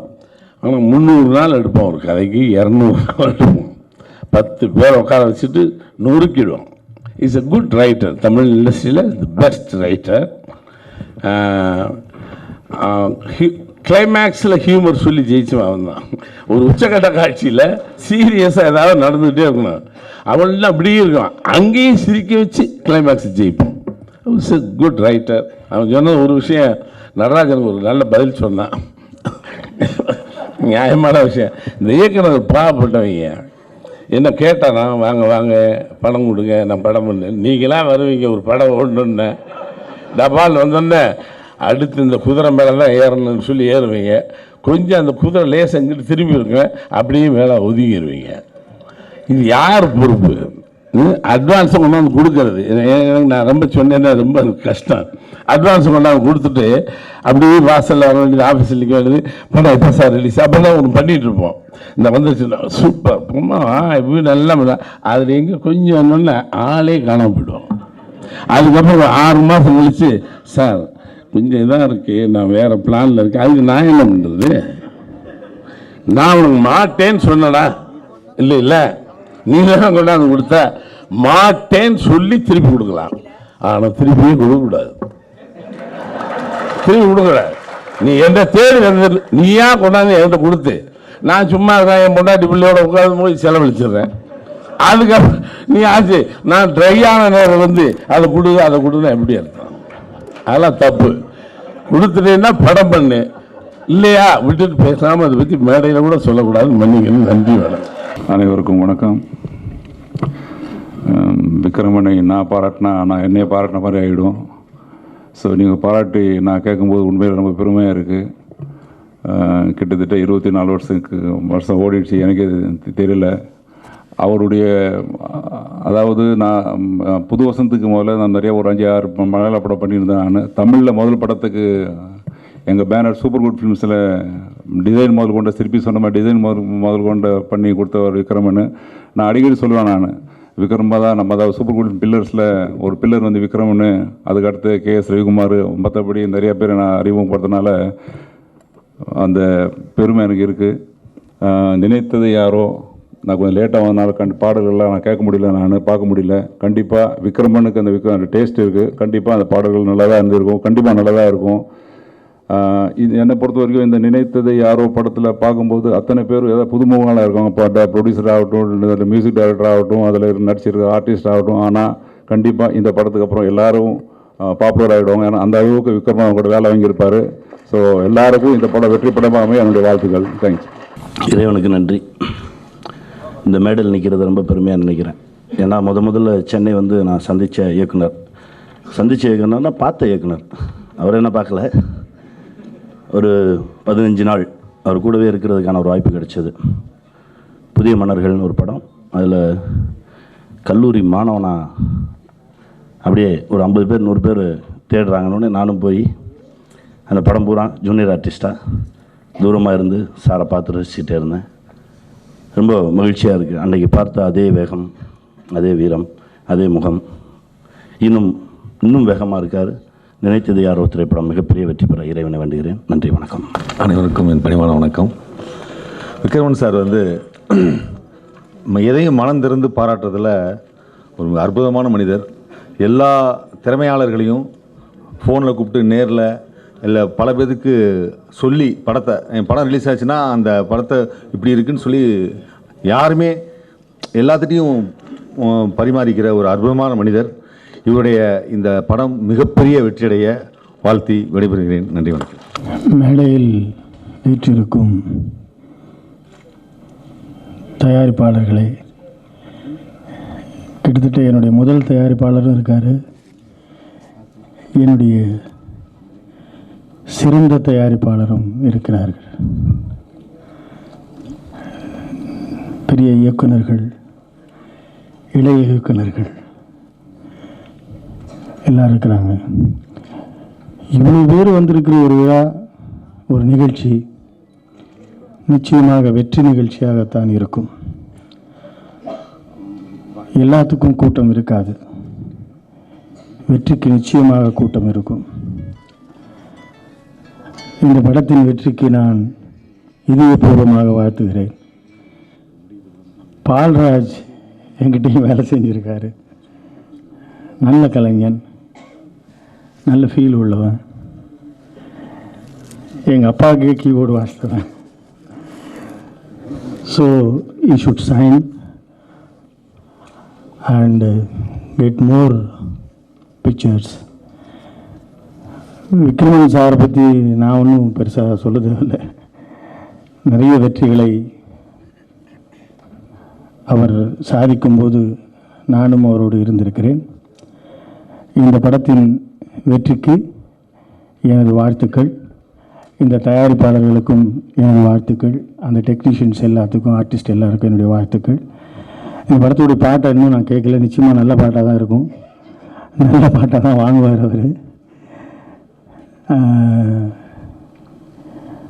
நல்ல படமாக பண்ணியிருப்பார் நிச்சயமாக. ஏன்னா ஒரு ஏஸ்தட்டிக் சென்ஸ் உள்ள மிக சில இயக்குனர்களில் அவர் ஒருத்தர். ஒரு நிறைய சொல்லணும்னு அவசியம் இல்லை, ஒரு சட்டியில் இருந்தால் தான் ஆப்பையில் வரும்ன்ற மாதிரி இசையமைப்பாளராக பணியாற்றும் போது அந்த ஃபீல் தெரியும். அந்த கதையில் இருக்கும் ஜீவனுக்கு தான் பாடல்கள் ஜீவனாக வரும். ஸோ சிறந்த கதையமைப்பாளர் அவர். அவரிடம் பணியாற்றினால் சிறந்த இசையமைப்பாளராக ஆக முடியும். நல்ல கதைகளை கொடுத்தவர். இந்த படத்துக்கும் நல்ல கதை பண்ணியிருப்பார். இந்த படம் வெற்றிக்கு எனது இதய வாழ்த்துக்கள். நன்றி, வணக்கம். விக்ரமன் சாரோட நினைத்தது யாரோ திரைப்படம். இதை நினைத்தது அவர் தான், ஆனால் நிறைவேற்றியது வந்து ப்ரொடியூசர் ரமேஷ் சாரும் இமானுவேல் சாரும். ஆகையால் இவங்க 2 பேரும் இந்த நேரத்தில் நன்றி. இந்த திரைப்படம் மிக சிறந்த வெற்றி படமாக வரும், அது எந்த சந்தேகமும் கிடையாது. ஒரு நிகழ்ச்சியில் பார்த்திபன் சார் சொன்ன மாதிரி ஒரு நிகழ்ச்சியிலும் ஒரு டைரக்டர் தான் என்னால் பார்க்க முடியும். ஆனால் இங்கே பார்த்தீங்கன்னா எனக்கு பயமாகவே ஆயிடுச்சு. வெளியே நின்று அப்படியே மெதுவாக பேர் கூப்பிட்டே இருந்தாங்க. சரி, நம்ம பேர் வரலாம், நம்ம கிளம்பி போயிடலாம் வீட்டுக்கு அப்படின்ற மாதிரி தான் ஒரு ஸ்டேஜில் நின்றுந்தேன். வெளியே தான் கடைசி என்னை அழைத்ததற்கு ரொம்ப நன்றி. சாருக்கு வந்து இந்த படத்தில் வந்து ஒரு பாடல் பாடுவதற்காக என்னை வந்து பால்ராஜ் சார், இசையமைப்பாளர் பால்ராஜ் என்னை வந்து கூப்பிட்டாரு. அப்போ அவருடைய உடல்நிலை சரியில்லாத எனக்கு வந்து அவரை சந்திக்க முடியல. அதை தவிர்த்து ப்ரொடியூசர் ரமேஷ் சாரும் இமானுவேல் சாரும் வந்து விக்ரமன் சார்கிட்ட அழைச்சின்னு போனாங்க ஒரு பாடலுக்காக. படம் முடிந்த தருணத்திலும் யாரும் வந்து அதுபோல் என்கரேஜ் பண்ண மாட்டாங்க. சார் எனக்காக நேரத்தை ஒதுக்கி 2 நாள் வந்து பாடல் எழுதுவதற்கு நீங்கள் எழுதுங்க, இந்த காதல் சம்பந்தமான சாங்லாம் எழுதுங்க அப்படின்னு சொல்லிட்டு எனக்கு வந்து அந்த சுச்சுவேஷன்லாம் சொன்னார். நானே எழுதி தந்தேன். தவிர்க்க முடியாத காரணத்தால் வந்து என்னுடைய பாடல் இடம்பெறல. இருந்தாலும் அதை பற்றி எனக்கு மனசு வருத்தம் கிடையாது. நீங்கள் ப்ரொடியூசர்கிட்ட பேசுங்க சார் சொல்லி. நான் அவருடைய இன்னொரு திரைப்படத்தில் வந்து வாராய வெண்ணிலாவே திரைப்படத்தில் கபிலன் சாரோட வரிகள் வந்து கார்த்திக் ராஜான் இசையில் சசிதரன் இயக்கத்தில் ஒரு பாட்டு பாடியிருக்கேன். நீங்கள் உங்களோட திறமையை வந்து எனக்கு இங்கே தெரிஞ்சிச்சு. ஏன்னா நிறைய இயக்குநர்கள் இவ்வளோ இயக்குநர்கள் வந்ததுக்கப்புறம் சாரோட திறமை தெரிஞ்சிச்சு. எனக்காக ஒரு சின்ன கதை தயார் பண்ணுங்க. நான் சொல்லினேன் சார், எது வந்தாலும் விஷயத்தை ஓப்பனாக சொல்லினோம். இப்போ தான் கொஞ்சம் கொஞ்சமாக அப்படியே வரேன், பாட்டி எழுதி ஒரு சின்ன இப்போ ஒரு படத்தில் முதுகெல்லாம் காட்டி இப்போ மூஞ்செல்லாம் காட்டின்னு ஸ்ட்ரைட்டாக வந்திருக்கிறேன். அதை பார்த்து நீங்கள் பேசி ஒரு கேரளாவோ ஆந்திராவோ ஒரு குக்கிராமத்துலனா ஒரு எனக்கு ஏற்ற ஒரு ஜோடியை தயார் பண்ணி ஒரு கதையை கொடுங்க. நிச்சயமாக எனக்கு அந்த ஆசை இருக்குது, நிச்சயமாக ஹீரோ வரணும் அப்படின்ற ஆசை இருக்குது. ப்ரொடியூசர் கொடுப்பாங்க. ஏன்னா அபிஷேக் ஃபிலிம்ஸ் நிச்சயமாக 50 படம் எடுக்கும், அதில் எனக்கு ஒரு படம். நான் வாழ்நாளுக்குள்ள உங்கள் நன்றி கடனாக இருப்பேன். அந்த ஒரு திரைப்படத்தில் நடிக்க வைங்க. அதை சொல்லுவதற்காக தான் இந்த நாளை நான் எதிர்பார்த்துருந்தேன். எனக்கு இன்விடேஷன் தரேன்னு சொன்னார். இன்விடேஷன் தரலோட பரவாயில்லன்னு சொல்லி நான் வந்தேன். ஆகையால் எனக்காக ஹெல்ப் பண்ணி சார் நீங்கள் ரெடி பண்ணுங்கள். ஏதோ ஒரு ரிக்ஷா விவசாய பிளாட்ஃபார்மில் இருந்தோட பரவாயில்ல, அவங்க தான் ஹீரோவாக இருக்கணும், அதை அரேஞ்ச்மெண்ட் பண்ணி கொடுங்க. இங்கே வந்திருக்கின்ற இயக்குநர்கள், இசையமைப்பாளர்கள், பாடலாசிரியர், பத்திரிகையாளர்கள் மற்றும் எங்களுடைய அன்பு அழைப்பேற்று வருகை தந்திருக்கும் உங்கள் அனைவருக்கும் என்னுடைய சார்பாக நன்றினை தெரிவித்துக்கொண்டு, நினைத்தது யாரோ திரைப்படத்தின் எல்லா டெக்னீஷியன்ஸ் மற்றும் அதில் நடித்த அத்தனை நடிகர்களுக்கும் உதவி செய்த அனைவருக்கும் இந்த நேரத்தில் நன்றினை தெரிவித்துக்கொண்டு, அபிஷேக் ஃபிலிம்ஸ் நிச்சயமாக ஒரு 5 ஆண்டில் 50 திரைப்படம் இருக்கணும் என் படத்தோடு சேர்த்து என்பதை முடிவு தெரிவிக்கிறேன். எல்லோருக்கும் வணக்கம். இன்றைக்கி நான் உங்கள் முன்னாடி நின்று பேசிகிட்டு இருக்கிறேன்னா அதுக்கு காரணம் விக்ரம் சார் தான். ஏன்னா சினிமாவில் வந்து ஜெயிச்சா தான் மரியாதை அப்படிங்கிற இந்த காலகட்டத்தில் அவருடைய படம் கோகுலம், நான் பேச நினைப்பதெல்லாம், இந்த 2 படத்துக்கு நான் மியூசிக் பண்ண பிறகு தான் என்னை யாருன்னு வந்து இந்த சினிமா இண்டஸ்ட்ரி தெரிஞ்சுக்கிச்சு. அதுக்காக வந்து எனக்கு ஒரு அடித்தளம் போட்டு கொடுத்தது வந்து அவர் தான். அந்த 2 படம் பண்ணதுனால தான் நான் ஒரு 75 படத்துக்கு மியூசிக் பண்ண முடிஞ்சது அப்படிங்கிறத யாரும் மறுக்க முடியாது. உண்மையாகவே அவருக்கு இந்த நேரத்தில் நன்றி சொல்கிறது நான் கடமைப்பட்டிருக்கிறேன். அதே மாதிரி அவர் படத்தில் தான் எனக்கு வந்து அவார்டும் கிடச்சிது, ஒரு நல்ல மரியாதையும் கிடச்சிது. அவரை பற்றி நிறைய சொல்லிகிட்டே போகலாம். அப்புறம் இந்த படத்துக்கு வந்து மியூசிக் பண்ணுறது வந்து பால்ராஜ் வந்து என்னுடைய கூட பணியாற்றினவர். கிட்டத்தட்ட வந்து என்னுடைய 50 படங்களுக்கு மேலே என்னுடைய எல்லா படங்களுமே அவர் வந்து அவருடைய கீபோர்டு வாசிச்சிருக்காரு. ரொம்ப ஒரு அற்புதமான கீபோர்ட் பிளேயர்னு சொல்லலாம். அவர் எனக்கு ஃபோன் பண்ணார், இந்த மாதிரி இந்த படம் கம்மிட் ஆகும்போது ஃபோன் பண்ணார், இந்த மாதிரி பாஸ் இந்த மாதிரி விக்ரம் சார் வந்து அவர் படத்துக்கு மியூசிக் பண்ணுறது கூப்பிட்டுருக்காரு அப்படின்னு சொன்ன. அப்படியே ரொம்ப சந்தோஷப்பட்டேன். அதாவது வந்து உங்களுக்கு வந்து இது மாதிரி ஒரு வாய்ப்பு வந்து அமையவே அமையாது. உங்களுடைய கேரியர் ஸ்டார்டிங்க்கு இது வந்து ரொம்ப நல்லா இருக்குது, இந்த ஆப்பர்ச்சுனிட்டி நல்லா பயன்படுத்திட்டு நல்லா பண்ணுங்க அப்படின்னு சொன்னேன். நேரே சாங் பார்த்தா ரொம்ப நல்லா பண்ணியிருக்காரு, நல்ல ப்ரோக்ராமரு. ஆக்சுவலி நான் வந்து ஒர்க் பண்ணுற போது பார்த்தீங்கன்னா எனக்கு ரொம்ப டென்ஷனே இருக்காது. ஏன்னா அவர் கீபோர்ட் பிளேயர் அப்படிங்கிறதுனால வந்து ரொம்ப அற்புதமாக டோன்ஸ் எல்லாம் செலக்ட் பண்ணி அவ்வளோ ரீரெக்கார்டிங் எல்லாம் வந்து பார்த்தீங்கன்னா ஒரு டென்ஷனே இருக்காது. அவர் பாட்டில் ஒர்க் பண்ணிகிட்டே இருப்பார். நான் பாட்டில் ஒரு பக்கம் டீம் போட்டுட்டு இருந்தால் அவர் பாட்டில் பண்ணிட்டு இருப்பார். அந்த மாதிரி பண்ணக்கூடிய ஒரு கேரக்டர். விக்ரம் சார் பற்றி இன்னொன்று கூட சொல்லலாம். அவர் ஒரு ராசியான டைரக்டர். ஒரு ப்ரொடக்ஷன் கம்பெனிக்கும் சரி, டெக்னீஷியன்ஸுக்கும் சரி. உதாரணத்துக்கு சொல்ல போனால் சௌத்ரி சார் கூட அடிக்கடி சொல்லுவார், சூப்பர் குட் ஃபிலிம்ஸுடைய பில்லரே வந்து விக்ரம் சார் தான் அப்படின்னு சொல்லுவார். ஏன்னா அந்த சூப்பர் குட் ஃபிலிம்ஸுங்கிற அந்த டிசைன் பண்ணது வந்து விக்ரம் சார் தான் டிசைன் பண்ணார். இன்றைக்கி அவங்க வந்து 85 படங்கள் பக்கமாக சூப்பர் குட் ஃபிலிம்ஸ் பண்ணியிருக்கு. அதே மாதிரி ரோஜா கம்பைன்ஸு விக்ரம் சார் தான் டிசைன் பண்ணார், அந்த எம்பளம்லாம் டிசைன் பண்ணார். அதே மாதிரி இன்றைக்கி வந்து அபிஷேக் ஃபிலிம்ஸு அவர் முதல் படம் அவர் பண்ணியிருக்காரு. இந்த கம்பெனியும் வந்து சூப்பர் குட் ஃபிலிம்ஸ் மாதிரி நிறைய படங்கள் பண்ணி நிறைய டெக்னீஷியன்ஸ்க்கு இன்ட்ரடியூஸ் பண்ணி இந்த படமும் ஒரு மாபெரும் வெற்றி அடையணும்னு எல்லாம் உள்ள இறைவனை வேண்டி விடைபெறுகிறேன். நன்றி, வணக்கம். அனைவருக்கும் வணக்கம். இந்த விழாவில் முதல்ல நம்ம நன்றி சொல்ல வேண்டியது ஆர்பி சௌத்ரி அவர்களுக்கு. 90 தானே, 90 புது வசந்தம் மூலம் தமிழ் சினிமாவுக்கு ஒரு புது வெள்ளத்தை பாய்ச்சினார் விக்ரமன் அவர்கள். அதாவது ஒரு டைரக்டர்களில் 2-3 வகை உண்டு. அதை ரொம்ப விரிவாக பேசினா பல பேர் சண்டைக்கு வந்துடுவாங்க. முக்கியமான இது வந்து ப்ரொடியூசர் ஓரியன்ட் டைரக்டர்னுட்டு சரவணன் சார் வந்து இப்படி கோடிட்டு சொல்லிட்டு போனார். ஒரு படம் எடுக்கும் பொழுது ப்ரொடியூசருக்கு வந்து எவ்வளவு இம்பார்ட்டண்ட்டு அதை முதல்ல உணர்வாங்க. அது மாதிரி ப்ரொடியூசர் பேஸ்டு டைரக்டர்ஸு எப்படின்னாக்க நார்மலாக சொல்லுவாங்க, டைரக்டர் வந்து captain of the ship, but producer தான் அந்த ஷிப்பு. இந்த ஷிப்பே இல்லைன்னா அப்புறம் கேப்டன் கிடையாது. அதை ரொம்ப உணர்ந்து ரொம்ப அதாவது சிக்கனம்னா இப்படி தான், என்ன தேவையோ நாம் எடுக்கிறது வந்து இதில் படத்தில் வருமா, வந்தால் அதுக்கு செலவு பண்ணலாம் அப்படின்னு கணக்கு பார்த்து பார்த்து அருமையாக அந்த மறுநாள் வந்து ஷூட்டிங்க்கு என்ன ஸ்கிரிப்டுங்கிறத நார்மலாக பார்க்குற டயத்தில் இவர் வந்து முதல்ல கணக்கை பார்ப்பார், இன்றைக்கி என்ன செலவு பண்ணியிருக்குன்னுட்டு. அப்புறம் தான் மறுநாள் எடுக்க வேண்டிய ஷார்ட்ஸை பார்ப்பார். நான் ஒரு தடவை இவருக்கு அட்வான்ஸ் கொடுத்து ஒரு படம் பண்ணணுன்னு முயற்சி பண்ணி அந்த டயத்தில் பார்த்திங்கன்னா டபார்னு ஒரு 4-5 டைம்ஸ் மேலே போயிட்டார். அவ்வளவு ப்ரெஷர் அவருக்கு. அவர் அந்த பலவிதமான வெற்றி, ரொம்ப பெரிய வெற்றி வந்தாச்சுன்னா பலவிதமான ப்ரெஷர் வரும் பல இடங்கள்லேருந்து. அதில் எப்படியே தள்ளி போய் என்னால் அந்த படம் பண்ண முடியல. ஒரு நாள் ஃபோன் பண்ணார், சார் அது ரொம்ப தள்ளுது, நீங்கள் கொடுத்த அட்வான்ஸை நான் திருப்பி கொடுத்துட்றேன் அப்படின்னு சொல்லி அட்வான்ஸ் கொடுத்ததை திருப்பி கொடுத்த முதல்ல அந்த கடைசியை கொண்டு ஏன்னா நார்மலாக செலவு பண்ணிடுவாங்க, யார் பேர்லையும் குற்றம் சொல்ல முடியாது. பை த டைம் வந்து நம்ம ஸ்கிரிப்ட் ரெடி பண்ணி அது இதில் செலவாகிடும். பட் இவர் செலவும் பண்ணி எனக்கு திருப்பி கொடுத்தார். எதுக்கு சொல்லலாம், அதாவது ஒரு படம் டைரக்ட் பண்ண உடனே தனக்கு எல்லாமே தெரிஞ்சிடுச்சுங்கிற மாதிரி நினைத்துக்கிட்டு இருக்க காலகட்டத்தில் இவ்வளவு ஆண்டுகள், இவ்வளவு வருஷங்கள் வந்து மிகப்பெரிய வெற்றிகள். இவருடைய படங்கள்லாம் பார்த்திங்கன்னா வந்து எல்லாமே சில்வர் ஜூப்ளி, 100 days அப்படி அவ்வளவும் வெற்றி. கொஞ்சம் கூட தனது வெற்றியை வந்து மனதில் வச்சு பார்வையை திரைக்கு ஏற்றாமல் இருக்கும் அந்த விக்ரமன் டைரக்ட் பண்ணி வரக்கூடிய இந்த படம் மாபெரும் வெற்றியடைய என்னுடைய வாழ்த்துக்களை தெரிவித்து வாழ்க வளர்க என்று கூறி முடிக்கிறேன். நன்றி. எல்லாருக்கும் வணக்கம். நான் விக்ரமன் சாரோட மிகப்பெரிய ஃபேன். உங்களை மாதிரி நானும் இந்த படத்துக்காக வெயிட் பண்ணிகிட்ருக்கேன். படம் சூப்பர் ஹிட் ஆகணும். Producer sir lucky and hero heroine எல்லோரும் லக்கி. இந்த பால்ராஜ்னு சொல்கிறாங்க மியூசிக், அது யாருன்னு தெரியல அவரு. ஓகே, பாட்டு நல்லா இருக்குங்க. Best of luck. Thank you sir. அனைவருக்கும் வணக்கம். இங்கே வாழ்த்த நிறைய பேர் இருக்காங்க. அண்ட் ப்ளஸ் விக்ரமன் சார் உங்களை வாழ்த்த எனக்கு வயசில் சந்தோஷப்பட மனசு இருக்குது.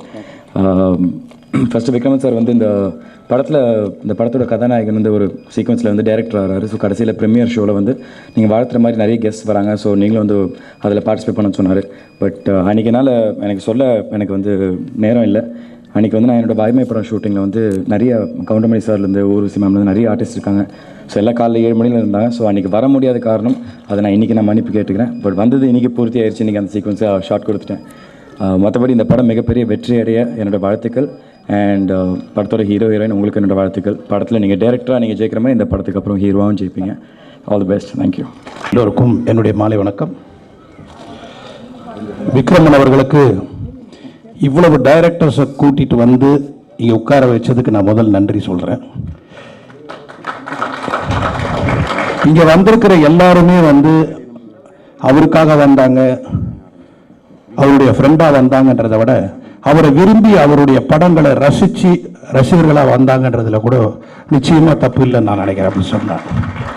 ஏன்னா நான் அந்த முறையில் தான் இங்கே வந்திருக்கேன். அழகான டைட்டில், அழகான பாடல்கள், அழகான ஹீரோ ஹீரோயின், அழகான டெக்னீஷியன்ஸ், திறமையான விக்ரமன். இதுக்கு மேலே வெற்றிக்கு வேறு வார்த்தை சொல்ல முடியாதுன்னு நினைக்கிறேன். இன்னைக்கு வந்து யங்ஸ்டர்ஸ் டைரக்டர்ஸ் எப்படி இருக்காங்கன்னா 5 days டெஸ்ட் மேட்ச் நம்ம பார்த்தோம், 50 overs பார்த்தோம். ஆனால் இன்றைக்கி ஐபிஎல் பசங்க ஐபிஎல் ஆடிட்டு இருக்காங்க. இருந்தாலும் விக்ரமன் வந்து டிராவிட் மாதிரி, சச்சின் மாதிரி கண்டிப்பாக ஆடிட்டே இருப்பார். வாழ்க வாழ்க. அனைவருக்கும் பணிவான வணக்கத்தை தெரிவித்துக் கொள்கிறேன். முதல்ல விக்ரமனுடைய ஃபஸ்ட்டு படம் புது வசந்தத்து சவேரா தேட்டரில் ப்ரிவியூ தேட்டர் இருந்தது. அப்போது சௌத்ரியை வந்து கூப்பிடும்போது அங்கே போய் படம் பார்த்து அருமையாக இருந்ததுன்னு ரொம்ப நேரம் அதை பற்றி டிஸ்கஸ் பண்ணிகிட்டு இருந்தோம். ஆனால் இருந்தாலும் சௌத்ரி வந்து இப்போ ரிலீஸ் பண்ணது அந்த டைம் வந்து கொஞ்சம் படம் ரெடி பண்ணி முறையாக அது எப்போ போய் மக்களை சேர்க்கணும், எப்படி சேர்க்கணுன்றது ப்ரமோஷன் எக்ஸிக்யூஷன் வந்து கரெக்டாக தெரிஞ்சதுனால தான் சௌத்ரி வந்து இன்றைக்கும் கொள்கை ரீதியாக, அதாவது ஒரு தயாரிப்பாளர் ஒரு நடிகர் வெற்றி பெற்ற உடனே பின்னாடி போய் கால் ஷீட் வாங்கிறதோ இல்லை தேவையில்லாமல் இண்டஸ்ட்ரியில் உள்ள முறையை கெடுத்து அதிகமாக மற்றவங்களை விட வந்து போட்டி போட்டுக்கொண்டு மற்ற தயாரிப்பாளர்கள் இது பண்ணி சம்பளம் தருவதோ இப்படி எதுவுமே வந்து இண்டஸ்ட்ரிக்கு ஒரு கெடுதல் செய்யாமல் இன்று வரை எனக்கு தெரிந்த ஆரம்ப காலத்திலிருந்து இன்று வரை முறையாக வந்து ஒழுக்கமாக வந்து தொழில் பண்ணக்கூடிய ஒரு நல்ல ஒழுக்கமான தயாரிப்பாளர் சொன்னால் அது ஆர்பி சௌத்ரி வந்து சொல்லியே தீர வேண்டும். ஏன்னா அந்த நாகரிகம் அவருக்கு தெரியும். எதுக்காக ஃபங்க்ஷன் நடத்தணும், எதுக்காக ஃபங்க்ஷன் நடத்தக்கூடாது, யாருக்கு எந்த நேரத்தில் வந்து கன்ஃபார்ம் பண்ணணும் செய்யணுன்ற ஒரு ஒழுக்கத்தை அவர் நல்ல தெரிந்து வைத்திருக்கிற ஒரு நல்ல தயாரிப்பாளர்ன்றதில் அவர்கிட்ட அறிமுகமான விக்ரமன் வந்து அதே ஒழுக்கத்தில் உள்ளவர். அவருடைய குருநாதர்களும் அந்த மாதிரி ஆட்கள். அவருடைய கேஎஸ் ரவிக்குமார் சொன்ன மாதிரி அவருடைய அசிஸ்டண்ட்டுங்களும் வந்து அந்த ஒழுக்கத்தை வந்து ஃபாலோ பண்ணுறதுக்கு இண்டஸ்ட்ரியில் இன்றைக்கி இத்தனை பேர் ஒரு ஃபோன் காலில் எல்லாரையும் வந்து எனக்கும் ஃபோன் பண்ணி நீங்கள் வந்துடணும்னு சொன்னார். நிச்சயமாக நாங்கள் வந்துடணும். அப்புறம் இன்விடேஷன் பார்த்த பிறகு தான் இத்தனை பேருடைய லிஸ்ட்டு, அதாவது மொத்த இண்டஸ்ட்ரியினுடைய ஜாம்பவான்கள் எல்லாமே அந்த இன்விடேஷனில் இருந்தாங்க. காலையில் எனக்கு பிரமின் நடராஜன் ஃபோன் பண்ணி எனக்கு யார் ஃபோன் பண்ணி வர சொன்னார். அந்த இன்விடேஷன் பார்த்தா இத்தனை பேர் இருக்காங்க, போய் உட்காரத்துக்கு கூட இடம் இருக்குமா, போகலாமா வேணாமா, ஒரு ரிமைண்டர் கூட ஃபோன் பண்ணி வர சொல்லவே இல்லையே, போகலாமா டவுட்டாக சொன்னார். இல்லை அப்போ நம்மளுக்கு தெரியாமல் வந்து கூப்பிட்டாரு. இப்போ வந்து அவர் எதுக்காகன்னா வந்தால் வரட்டும், வரலன்னா நல்லதுன்ற மாதிரி தான். இப்போ சரி அந்த அளவுக்கு கூட்டம் சேர்ந்து போச்சு, ஸோ மரியாதை நம்ம போகிறது தான் பெட்டர், நீங்கள் வந்துடுங்கன்னு சொன்னேன். அப்படி ஸோ எல்லாமே அவருடைய அன்புக்கு கட்டுப்பட்டு நட்புக்காக விக்ரமனுடைய கருத்து எனக்கு எப்பவுமே வந்து ஆரம்ப காலத்தில் நானும் அவர் சேர்ந்து எதுலேயும் பணிபுரியலனால எங்களுக்கு ஒத்து வரும். இப்போ நான் அறிமுகப்படுத்தின எஸ் ஏ ராஜ்குமார் சின்னப்பூ எம்எல்ஏ பேசல, அவர் தான் ப்ரமோட் பண்ணி எவ்வளோ பெரிய ஆளாக ராஜ்குமார் கொண்டு வந்திருக்காருன்னா அது விக்ரமனுடைய கான்செப்ட், அவருடைய டியூன்ஸ் வாங்கின ஒரு விதம், அவருடைய சர்வீஸ் வந்து நிறைய இருக்குது. ஆக விக்ரமனுடைய முயற்சி உண்மையில் அந்த டீமுடைய ஹீரோயின் ரொம்ப நாளைக்கு அப்புறம் ஒரு நல்ல அழகான ஒரு ஹீரோவை நம்மளால் பார்க்க முடியுது. ஒரு அருமையான தயாரிப்பாளர். ஸோ ஆக மொத்தம் இந்த மொத்த டீமும் ஜெயிக்கணும், இந்த படம் ஜெயிக்கணும். திரும்ப விக்ரமன் வந்து நம்ம இண்டஸ்ட்ரிக்கு வந்து திரும்ப வரணும். ஏன்னா சினிமாவில் ஒரு பெரிய சாபக்கேடு என்னென்னா மொத்த தொழில் நீங்கள் பார்க்கும்போது இப்போ இன்ஃபோசிஸ் நாராயணமூர்த்தி கிட்ட ஒரு 30 வருஷம் சர்வீஸ் பண்ணியிருக்கேன்னு சொன்னால் அப்படியான்னு சொல்லி ஷாக் ஆவாங்க மற்ற கம்பெனி எல்லாம். ஆனால் சினிமாவில் அப்படி கிடையாது. சீனியாரிட்டி வந்து இங்கே மைனஸ், மற்ற இண்டஸ்ட்ரியில் தான் சீனியாரிட்டி வந்து ப்ளஸ். ஸோ இது வந்து அனுபவம் வந்து சினிமாவுக்கு தேவை கிடையாது. ஏன்னா இப்போ இண்டஸ்ட்ரியில் வந்து இப்போ இருக்கிற சூழ்நிலை அது. ஸோ அதை புரிஞ்சுக்கிட்டு நம்ம நடந்துக்கணும். ஸோ அந்த விக்ரமனுடைய திறமை இண்டஸ்ட்ரிக்கு நிச்சயம் தேவைப்படும். நிச்சயம் அவர் ஜெயிப்பார்ன்றதில் நம்பிக்கையோடு இந்த வாய்ப்பில் நன்றி கூற விடைபெறுகிறேன். இயக்குனர் விக்ரமன் பேசுகிறேன். நினைத்தது யாரோ என்னுடைய 16வது படம். ஒரு நல்ல ஒரு யதார்த்தமான மனதை தொடர ஒரு கண்ணியமான காதல் கதை இது. நிச்சயமாக எல்லாருக்கும் பிடிக்கும். என்னுடைய பூவே உனக்காக பிடித்த ரசிகர்களுக்கு, ஒரு சேரனுடைய ஆட்டோகிராஃப் பிடித்த ரசிகர்களுக்கு இந்த படம் நிச்சயமாக பிடிக்கும் நான் நம்புகிறேன். இதில் வந்து ஃபேமிலி சென்டிமெண்ட்ஸ், ஃபேமிலி வேல்யூஸ்னு எதுவும் கிடையாது. முழுக்க முழுக்க யங்ஸ்டர்ஸ் மட்டும்தான். என்னுடைய புது வசந்தம் மாதிரியே, என்னுடைய நான் பேச நினைப்பெல்லாம் மாதிரியே. ஆனாலும் கூட ஃபேமிலி ஆடியன்ஸுக்கு பிடிக்கிற வகையில் தான் அந்த படத்தை எடுத்திருக்கேன். ஒரு கண்ணியமான காதலை சொல்லியிருக்கேன் படத்தில். நிச்சயமாக அது எல்லா தரப்பினருக்கும் பிடிக்கும் நான் நம்புகிறேன். இந்த படத்தில் நடித்த நடிகர்கள் ரிஜித், நிமிஷான்ற 2 பேர் லீடு கேரக்டர்ஸில் நடித்தவங்களை நான் இன்ட்ரடியூஸ் பண்ணியிருக்கேன். அது இல்லாமல் நிறைய புதுமுகங்கள் இருக்காங்க இந்த படத்தில். அதே நேரத்தில் டெக்னீஷியன்ஸும், கேமராமேன், எடிட்டர், மியூசிக் டைரக்டர்னு பல புதுமுகங்கள் இந்த படத்தில். தயாரிப்பாளர் கூட இதுதான் முதல் படம். ஸோ அவரையும் நான் தான் இன்ட்ரடியூஸ் பண்ணியிருக்கேன். இப்படி பல புதுமுகங்களோட நான் ஒர்க் பண்ணுற இந்த படம் வந்து ஒரு நல்ல சுகமான இனிமையான அனுபவமாக இருந்தது. ரொம்ப ஆஃப்டர் 20 இயர்ஸ் கழித்து காஷ்மீரில் ஷூட் பண்ணியிருக்கோம். அது வந்து வேலைக்காரன் படத்துக்கு பிறகுன்னு நினைக்கிறேன். ஸோ அது மாதிரியான நல்ல அனுபவங்கள் இருக்குது இந்த படத்தில். நிச்சயமாக இந்த படம் வந்து எல்லாருக்கும் பிடிக்கிற வகையில் இருக்கும்னு நான் நம்புகிறேன். நினைத்தது யாரோ திரைப்படத்தினுடைய இசை வெளியீட்டு விழாவில் உங்களை சந்திக்கிறேன். ரொம்ப மகிழ்ச்சியாக இருக்குது. ஏன்னா இது வந்து எங்களுடைய இயக்குனர் விக்ரமன் அவருடைய படம். அவரின் மூலமாக வளர்த்து விடப்பட்ட கவிஞர்களில் நானும் ஒருவன். வானத்தைப் போல என்கிற திரைப்படம் தான் எனக்கு ஒரு பெரிய அடையாளம் கொடுத்தது. அந்த ஒரு உணர்வோடையே ஒவ்வொரு திரைப்படமும் வேலை செய்வோம். இந்த படத்தில் பொறுத்த வரைக்கும் நினைத்தது யாரோ ரொம்ப ஒரு யூத்ஃபுல்லாக, ரொம்ப ஒரு அழகான ஒரு டீமோட ஒரு புதுசாக ஒரு களம் இறங்கியிருக்கார். பார்க்கவே அந்த டிசைன்ஸு, படத்தில் சில காட்சிகள், பாடல், இதை கேட்கும்போதே ஒரு படத்தினுடைய வெற்றி கண்ணுக்கு தெரியுது. இதில் 2 பாடல்கள் நான் எழுதியிருக்கேன். ரொம்ப அழகான கவிதை பூர்வமான பாட்டு. பால்ராஜ் என்ற நண்பர் இசையமைச்சிருக்கார். நிச்சயமாக தமிழ் சினிமாவினுடைய பாடல் உலகத்தில் விக்ரமன் சாருக்குன்னு ஒரு தனி இடம் உண்டு. இந்த படத்திலும் நிச்சயமான அந்த இடம் அவர் கிடைக்குங்கிறதுடைய நம்பிக்கை, வாழ்த்துக்கள். எல்லோருக்கும் வணக்கம். விக்ரமன் சார் இயக்கத்தில் நினைத்தது யாரோ படத்தில் நான் வந்து அறிமுகமாகியிருக்கேன். என்னோடய பேர் வந்து ரஜித். எனக்கு ஆக்சுவலாக என்ன சொல்கிறதுன்னு தெரியல. நான் என்னோடய முதல் படம். இந்த முதல் படத்தில் வந்து இந்த மாதிரி ஒரு பெரிய விழா நடந்துகிட்ருக்குங்க. இந்த மாதிரி ஆடியோ ரிலீஸ் ஃபங்க்ஷன்லேயே நான் வந்து முதல் தடவை வந்திருக்கோம். ஸோ டெஃபினெட்லி நான் வந்து ரொம்ப எக்ஸைட்டடாக நர்வஸாக இருக்கேன். நினைத்து யாரை பொறுத்த வரைக்கும் இது வந்து ரொம்ப அருமையான ஒரு காதல் கதை. நான் வந்து என்னோடய கேரக்டர் நேம் வந்து மோகன் வந்து ஒரு அசிஸ்டன்ட் டேரக்டராக இருக்குது. அசிஸ்டன்ட் டேரக்டராக இருந்த அந்த மோகன் வந்து டைரக்டராக மாறுமா, அந்த டைரக்டராக மாறுறது அந்த ப்ராசஸர் வந்து அந்த காதல் துணையாக இருப்பாரா, அந்த மாதிரி கொஞ்சம் விஷயந்தான் இந்த காதல் கதை. ஸோ டெஃபினெட்லி வந்து விக்ரமன் சாரை பொறுத்த வரைக்கும் விக்ரமன் சார் டைரக்ஷன் சொல்லும்போது எல்லாருக்குமே தெரியும், மக்களுக்கு பல்ஸ் தெரிஞ்சவர் தான் அவர். ஸோ டெஃபினெட்லி முன்னாடி ஃபிலிம்ஸ் மாதிரி தான் இந்த படமும் வந்து கண்டிப்பாக எல்லாருக்கட்டும் கரெக்டாக ரீச் பண்ணுற மாதிரி கரெக்டாக ஒரு மெசேஜ் இந்த படத்தில் இருக்குது. ஸோ டெஃபினெட்லி இந்த ஒவ்வொரு சீன்ஸும் ஒவ்வொரு டைலாக்ஸும் ஒவ்வொரு பாடல்களும் எல்லாமே வந்து உங்களுக்கு பிடிக்கிற மாதிரியே இருக்கும். ஸோ திருட்டு விசிடி எல்லாம் பார்க்காத கண்டிப்பாக தியேட்டரில் போய் பார்த்து சொல்லிடுங்க. Thank you so much. வணக்கம், என் பேர் நிமிஷா. விக்ரமன் சாரோட நினைத்தது யாரோ படத்தில் ஹீரோயினாக நடிச்சிருக்கேன். இது வந்து என்னோடய முதல் தமிழ் படம் தான். எனக்கு இது வந்து ஒரு ட்ரீம். என்னோடய ட்ரீம் வந்து சார் படத்தில் நடிக்கணும்னு தான்.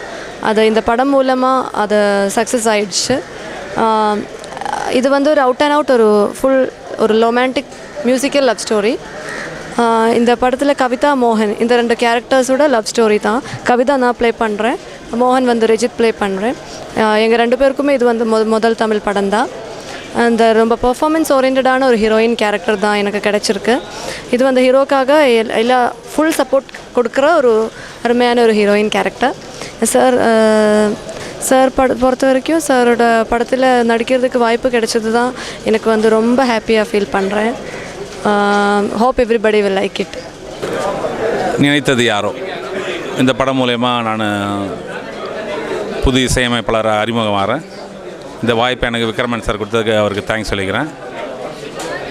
விக்ரமன் சாரோட பல படங்களுக்கு நான் கீபோர்ட் பிளேயராக ப்ரோக்ராம் பண்ணியிருக்கேன். அதை வச்சு எனக்கு நீ பண்ணணும் அப்படின்னு சொல்லி எனக்கு அந்த வாய்ப்பை கொடுத்துருக்காரு. அவருக்கு ஒரு தேங்க்ஸ் சொல்லிக்கிறேன். இந்த படத்தில் மொத்தம் 7 ட்ராக் இருக்குது. 6 சாங் வந்து படத்தில் வரும். ஒரு ரீமிக்ஸ் வெர்ஷன் இருக்குது. பாவிஜய் 2 பாட்டு எழுதியிருக்காரு. கலைக்குமார் ஒரு பாட்டு எழுதியிருக்காரு. வைரபாரதி அவரும் நியூ கம்மர், அவர் 2 பாட்டு எழுதியிருக்காரு. மதுஸ்ரீ, ஹரிச்சரன், சின்மயி, ஹரிஷ் ராகவேந்திரா, வினயா இவங்கெல்லாம் பாடியிருக்காங்க. ஜாஸி கிஃப்ட் சுசித்ரா அவங்க ஒரு லைட் ஃபோக் சாங் ஒன்று இருக்குது. பாட்டெல்லாம் நல்லா வந்திருக்கு. இந்த வாய்ப்பை கொடுத்த விக்ரமன் சாருக்கு மீண்டும் ஒரு நன்றி செலுத்திக்கிறேன். இந்த படத்தோட ப்ரொடியூசர்ஸ் ரமேஷ் அண்ட் இமானுவேல், இவங்க 2 பேரும் சாங்ஸை கேட்டு நல்லா இம்ப்ரெசிவாக நல்லா பதில் சொன்னாங்க. பாட்டு நல்லா வந்திருக்கு, கேட்டு என்ஜாய் பண்ணுங்கள். அகைன் விக்ரமன் சாருக்கு இந்த வாய்ப்பு கொடுத்ததுக்கு தேங்க்ஸ் சொல்லிக்கிறேன். வணக்கம் இந்தியா கிளிட்ஸ். என்னுடைய பேர் அசார். என் பேர் ஆர்கே பிரதாப். நான் இந்த படத்துடைய கேமராமேன். இது என்னோடய ஃபர்ஸ்ட் ஃபிலிம். இது நான் ஒரு தனியார் சேனலுக்காக பண்ண நிறைய ஷார்ட் ஃபிலிம்ஸ்லேருந்து சில பாடல்களை பார்த்து விக்ரமன் சார் எனக்கு இந்த வாய்ப்பை கொடுத்தாரு. முதல் படமே இவ்வளோ பெரிய டேரக்டரோட ஒர்க் பண்ணுறதுன்றது ரொம்ப சந்தோஷமான ஒரு அனுபவம், நல்ல ஒரு அனுபவமாகவும் இருந்தது. அவர் எனக்கு இந்த படத்தில் கொடுத்த வேலையை நான் சரியாக செஞ்சுருக்கேன்னு நம்புகிறேன். எனக்கு இந்த வாய்ப்பை அளித்த என்னுடைய தயாரிப்பாளர் ரமேஷ் சார், இமானுவேல் சார் மற்றும் இயக்குனர் விக்ரமன் சாருக்கு என்னுடைய மனமார்ந்த நன்றி. என் பேர் இமானுவேல், அபிஷேக் ஃபிலிம்ஸோட ப்ரொடியூசர். எங்கள் படம் பேர் வந்து நினைத்தது யாரோ, டைரக்டர் விக்ரமனோட 17வது படம். இது ஒரு முழுக்க ஒரு புதுமையான ஒரு கதை. அநேக ஆர்டிஸ்ட் எல்லாமே நியூ ஆர்டிஸ்ட் வச்சு எடுத்திருக்கோம். ஏனென்றால் இந்த கதைக்கு வந்து நியூ ஆர்டிஸ்ட் தான் தேவை. அது மாதிரி ஒரு கதை இது. இதில் பார்த்திங்கன்னா இப்போ மியூசிக் டைரக்டர் வந்து நியூ மியூசிக் டைரக்டர் திரு பால்ராஜ் அவர்கள். அவருக்கு முதல் திரைப்படமாக இருந்தாலும் ஒரு 2000 படத்துக்கு அவர் கீபோர்ட் பிளேயராக வாசித்திருக்காரு. ரொம்ப பியூட்டிஃபுல் லொக்கேஷன்ஸில் ஷூட் பண்ணியிருக்காங்க. காஷ்மீரில், கர்நாடகாவில். காஷ்மீரில் பார்த்தீங்கன்னா குல்மார்க், அப்புறம் ஸ்ரீநகரில் ஷூட் பண்ணியிருக்காங்க. நல்ல ஸ்னோ ஃபீல்டு இருக்குது, டியூலிப் ஃபீல்டு இருக்குது. அதே மாதிரி ஹம்பி பதாமியில் இருக்குது. ரொம்ப நல்லா வந்திருக்கு. இது ஒரு கண்டிப்பாக எல்லாம் என்ஜாய் பண்ணக்கூடிய ஒரு ஃபேமிலி என்டர்டெயினர் அமையும் நம்புகிறோம். மிக்க நன்றி. ஹாய் இந்தியா கிளிட்ஸ் வியூவர்ஸ், நான் கார்த்திக் யோகி பேசுகிறேன். நினைத்தது யாரோ ஆடியோ லன்ஸ்லேருந்து நம்ம பேசிகிட்ருக்கோம். நினைத்தது யாரோ film by Vikraman sir. Vikraman சாரை பற்றி கண்டிப்பாக அறிமுகம் தேவையே கிடையாது. அவர் எவ்வளோ பேர் ஆர்டிஸ்ட்டை உருவாக்கியிருக்காரு, எவ்வளோ பேரோட ஒர்க் பண்ணியிருக்காரு, எவ்வளோ எக்ஸ்பீரியன்ஸ் இருக்குது அப்படின்னு சொல்லிட்டு அமிதாப் பச்சன் சார் வரைக்கும் போயிருக்காரு. அதில் நானும் ஒன்று என்ன மாதிரி சின்ன ஆர்டிஸ்ட்டை ப்ரொமோட் பண்ணுறாருன்றதுல ரொம்ப சந்தோஷமாக இருக்குது. ஏன்னா பேசிக்கலாக நான் ஒரு short film actor. Short films நிறைய பண்ணியிருக்கேன். என்னோட ஷார்ட் ஃபிலிம் இன்பாக்ஸ் அப்படின்னு சொல்லிட்டு ஒன்று யூடியூப்பில் ரொம்ப வைரலாக போச்சு. அதை பார்த்துட்டு ஒரு நாள் ஆடிஷனுக்கு கூப்பிட்டாரு. கண்டிப்பாக காலி நினச்சேன் ஆடிஷனில். ஏன்னா அவர் படத்தில் டைலாக் இப்பயும் பெருசாக இருக்கும், நம்மளால் பண்ண முடியாது அப்படின்னு. ஆனால் கொடுத்தாரு, கஷ்டப்பட்டு பர்ஃபார்ம் பண்ணிட்டேன். பர்ஃபார்ம் பண்ணோடனே நீ தான் ஆப்டாக இருப்பான் அந்த கேரக்டர் அப்படின்னாரு. செலக்ட் பண்ணார், என்னை ட்ரெயின் பண்ணார். ஒர்க் ஷாப் வச்சார் ஒரு 5 days. அந்த ஒர்க் ஷாப்பில் நான் கற்றுக்கிட்டது அவ்வளோ கற்றுக்கிட்டேன். ஷார்ட் ஃபிலிமுக்கும் ஃபீச்சர் ஃபிலிமுக்கு என்ன வித்தியாசம், எவ்வளோ சேஞ்ச் இருக்குது, எல்லா ஆக்டர்ஸும் போட்டு அப்சர்வ் பண்ண சொன்னார். படம் ஷூட்டிங் போனோம். இன்றைக்கி நம்ம ஆடியோ லான்ச்சில் இருக்கோம். ஆடியோ ரொம்ப நல்லா வந்திருக்கு. 5 பாட்டு பால்ராஜ் சார் மியூசிக்கு ரொம்ப சூப்பராக வந்திருக்கு. அதில் காதல் ஒரு மாஃபியான்னு எங்களுக்கு ஒரு சாங்கு, நாங்கள்லாம் டான்ஸ் பண்ணியிருக்கோம் அந்த 5 பேர். அந்த சாங் பாஸ்கர் மாஸ்டர் கொரியோகிராஃபி, பீச்சிலலாம் ஷூட் பண்ணோம். ரொம்ப கஷ்டப்பட்டு ஷூட் பண்ணியிருக்கோம். பாருங்கள், ஒரு ஃபோக்கஸ் ஸ்டைல் விஷுவல்ஸ் பார்க்க நானும் எக்ஸைட்டடாக இருக்கேன். படம் எக்ஸ்ட்ராடினரியாக வந்திருக்குன்னு கேள்விப்பட்டேன். வியூவர்ஸான நீங்கள் தான் சப்போர்ட் பண்ணோம், இந்த படத்தை ஹிட் பண்ணோம். தேங்க்யூ.